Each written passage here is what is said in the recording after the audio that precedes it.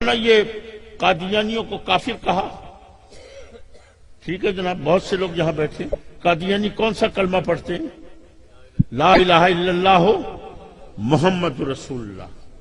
قادیانی کتنی نمازیں پڑھتے ہیں؟ 5 نمازیں. وہ اپنی نمازوں سے پہلے اذان دیتے ہیں. گو اب آئین پاکستان کے آئین کے اندر قادیانیوں کو منع کر دیا گیا ہے کہ لاؤڈ اسپیکر پہ اذان نہیں دے سکتے. وہ اپنی عبادت گاہ کے اندر اذان دیتے ہیں، لاؤڈ اسپیکر نہیں لگا سکتے. عبادت گاہ کے اندر ان کی عبادت گاہ کو اب تو ہم عبادت گاہ کہہ دیتے ہیں، پہلے ان کی عبادت گاہ کو کیا کہا جاتا تھا؟ مسجد کہتے تھے. مسجد کہتے تھے، لکھا ہوتا تھا مسجد قادیان. جیسے ابھی بھی لکھا دیکھتے ہو نا مسجد اہل حدیث، تو اسی طرح ان کی مسجدوں کے باہر بھی لکھا ہوتا تھا مسجد قادیان یا احمدی مسجد، یہ لکھے ہوتے تھے. اللہ اکبر. ان کی اذان کون سی ہے؟ یہی اللہ اکبر اللہ اکبر، اشہد ان لا الہ الا اللہ، اشہد ان محمد رسول اللہ، حی علی الصلاۃ حی علی الفلاح، اللہ اکبر اللہ اکبر اللہ اکبر. یہی اذان وہ اپنی عبادت گاہ میں دیتے ہیں. نماز یہی ہے، اذان یہی ہے، قرآن یہی ہے، کلمہ یہی ہے. اللہ اکبر. ان کی جتنی بھی یہ حج، زکوٰۃ، روزہ، سب کچھ یہی ہے. ان سے پوچھو تمہاری شریعت کا نام کیا ہے؟ وہ مرزا کو نبی مانتے، رسول نہیں مانتے. نبی مانتے، رسول نہیں مانتے. شریعت کس کی ہوتی ہے؟ نبی کی ہوتی ہے، رسول کی. نبی اور رسول میں فرق کیا ہے؟ نبی اور رسول میں فرق یہ ہے کہ رسول وہ ہوتا ہے جس کی شریعت ہوتی ہے، نبی کی شریعت نہیں ہوتی. اس لیے ان سے پوچھیں کہ تمہاری شریعت کا نام کیا ہے، تو وہ کہیں گے شریعت محمدیہ، کیونکہ مرزا کو نبی مانتے، رسول نہیں مانتے. شریعت محمدیہ ہے، قرآن یہی، سب کچھ یہی. کیوں ان کو کافر قرار دیا ہے؟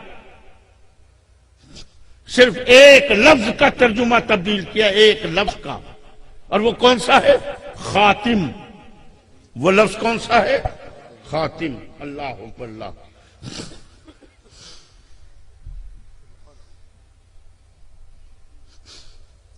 حضور کو خاتم النبیین مانتے ہو؟ کسی سے اس سے پوچھنا قادیانی سے تم مانتے ہو، وہ کہے گا مانتے ہیں. کسی قادیانی سے پوچھ لو، وہ کہیں گے مانتے ہیں، خاتم النبیین مانتے ہیں. اللہ اکبر اللہ. قرآن پڑھتے ہیں، اس میں خاتم النبیین پڑھتے ہیں، حضور کو مانتے ہیں.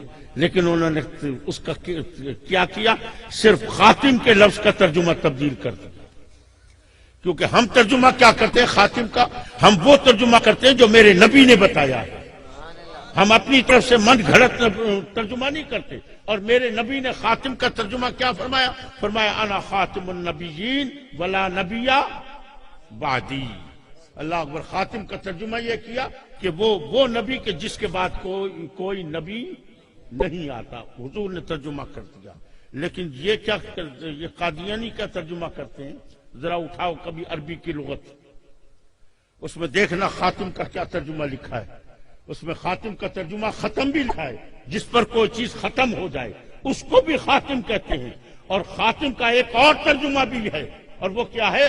خاتم اس ہیرے کی انگوٹھی کو کہتے ہیں جو زیورات میں چاہے کتنے ہی زیورات پڑے ہوں، لیکن تمام زیورات میں اپنے ہیرے کی وجہ سے وہ اس طرح چمک رہی ہو، دمک رہی ہو کہ سارے زیور ہیچ ہو جائیں اور وہ سب سے اعلیٰ نظر آئے. نعرہ تکبیر، نعرہ رسالت، فیضان حضور غزالی زمان، فیضان حضور کاظمی کریم. سنو انہوں نے کیا ترجمہ کیا خاتم النبیین کا. انہوں نے ترجمہ کیا کہ یہ محمد وہ نبی ہے جو سارے نبیوں میں اس طرح چمک رہا ہے، دمک رہا ہے کہ سارے نبی ہیچ ہیں. یہ سب نبیوں سے افضل نبی. سونا کہ جا سونا ترجمہ ہے نا، سونا ترجمہ. بل تھی ونجو نا قادیانی کیا تھی دے. کتنا خوبصورت ترجمہ ہے کہ سارے نبیوں میں سب سے افضل نبی ہے. سب سے زیادہ چمکنے والا نبی ہے، یہ اس ہیرے کی طرح، ہیرے کی انگوٹھی کی طرح نبی ہے جو سارے زیوروں میں چمک رہی ہو۔ اللہ اکبر، پھر بنو گے قادیانی؟ حسین ترجمہ ہے، خوبصورت ترجمہ ہے۔ یار چھوڑتے بھائی، میرے اوپر رحم کر دو یار۔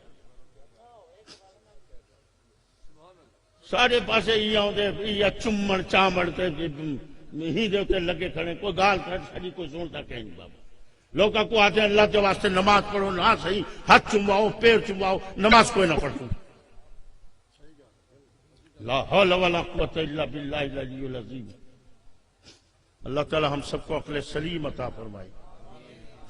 عزیزان محترم، ذرا سوچو خدا کے لیے، ایک قادیانی اگر ایک لفظ کا ترجمہ تبدیل کرتے ہیں تو تم ان کو کافر کہہ دیتے ہو، اور جنہوں نے پورے قرآن کا بیڑا غرق کیا ہے۔